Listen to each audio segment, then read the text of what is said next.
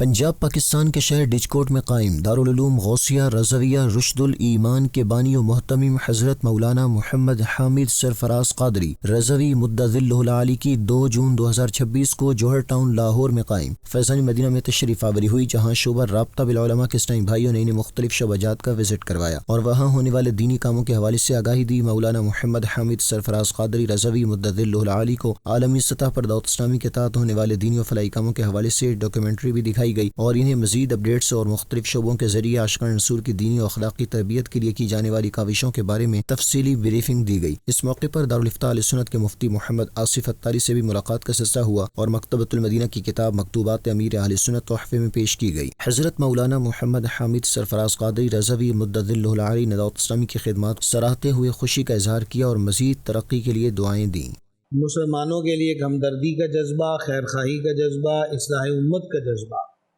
اور پھر اس کے اندر جتنے امور آتے ہیں ان کو جس احسن انداز میں ایک تسلسل کے ساتھ لے جا کر آگے بڑھے ہیں، آج بہت ساری نئی چیزیں جان کر قلبی طور پر الحمدللہ خوشی ہوئی۔ اس کے علاوہ پورے خطے کے اندر مساجد کی تعمیرات کے حوالے سے اور پھر اتنی کثیر تعداد کو ماہانہ وظائف جس کو تنخواہ کہا جاتا ہے، دعا گو ہیں کہ اللہ کریم دعوت اسلامی کو، حضرت امیر اہل سنت کو، اس کے ذمہ داران کو، محبین کو جو پاکستان سمیت پوری دنیا میں کام کر رہے ہیں، اللہ اور ترقیاں دے، عروج دے، یہ کارواں مزید آگے بڑھے۔